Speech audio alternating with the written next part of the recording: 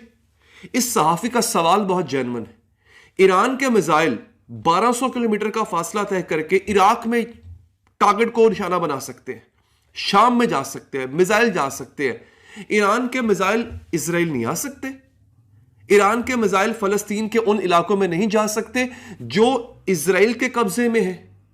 अगर मुसाद का headquarter Iraq में निशाना बनाया जा सकता है क्योंकि वहां से ईरान में दहशतगर्दी करवाई गई थी, तो नाजरीन, जो दहशतगर्दी, जो जुल्म सितम गजा में हो रहा है और इसराइल कर रहा है, तो क्या इसराइल में जो मुसाद का हेडक्वार्टर है उसको निशाना नहीं बनाया जा सकता? यह बहुत बड़ा सवाल है कि अगर ईरान भी ये सब कुछ कर रहा है, जो कि मैं अप्रिशिएट कर रहा हूं कि जो कुछ इस तरह से उसने अब तक फलस्तीनों की मदद की है, लेकिन क्या यह मदद काफी है? ईरान जगह जगह अपने दुश्मनों से बदला ले रहा है, तो क्या फलस्तीन के लिए वो ये काम नहीं कर सकता? अगर यमनी, जिनका फलस्तीन से कोई ताल्लुक नहीं है, कोई लड़ाई नहीं है उनकी, वो फलस्तीनियों की मदद के लिए वो अब तक 2 मिसाइल दाग चुके हैं इसराइल पे। ये और बात है कि रास्ते में एक मिसाइल जो है वो इंटरसेप्ट कर लिया गया और एक मिसाइल वहां पे इजराइल में जाके गिरा।